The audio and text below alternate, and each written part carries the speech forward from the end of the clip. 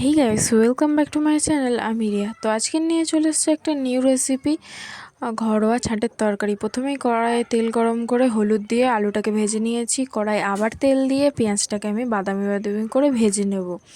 তো বাদামি করে ভেজে নিচ্ছি।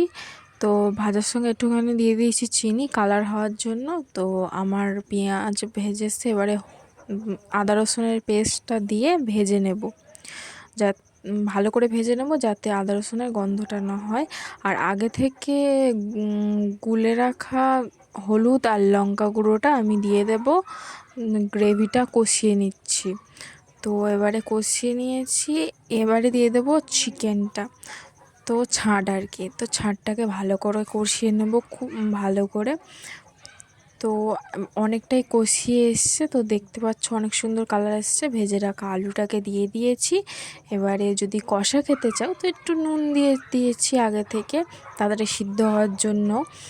তো এবারে ফের কষিয়ে নিচ্ছি। তো হয়ে এসছে অনেকটা।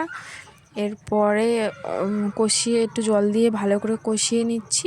গায়ে মাখো মাখো হয়ে গেছে, তো এবারে পুরো জলটা দিয়ে দিয়েছি। আমার হয়ে গেছে। ভিডিও ভালো লাগলে লাইক কমেন্ট